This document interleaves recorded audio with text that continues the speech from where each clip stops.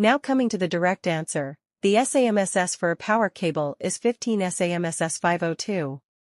So whenever you are asked in an interview or on-site about the specification for power cables in Aramco projects, you can confidently say, it is 15 SAMSS 502. But remember, it is not only about memorizing the number. You should also understand what it means. This specification describes the design, construction, testing, and performance requirements for power cables. It covers different types of cables such as XLP insulated cables, low voltage cables, medium voltage cables, and their accessories. In simple words, it ensures that any power cable used in Saudi Aramco facilities must be tested and approved according to 15 SAMSS 502. So friends, this was the answer to the question, what is the SAMSS for a power cable? Answer is, 15 SAMSS 502.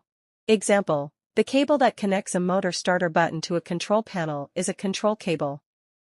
Backhand index pointing right. Main differences in short. 1. Function, power cables transmit energy, while control cables transmit signals. 2. Voltage/current, power cables handle high voltage/current, control cables handle low voltage/current. 3. Size, power cables are thicker, control cables are thinner. 4. Application, power cables are for supply, control cables are for command and monitoring.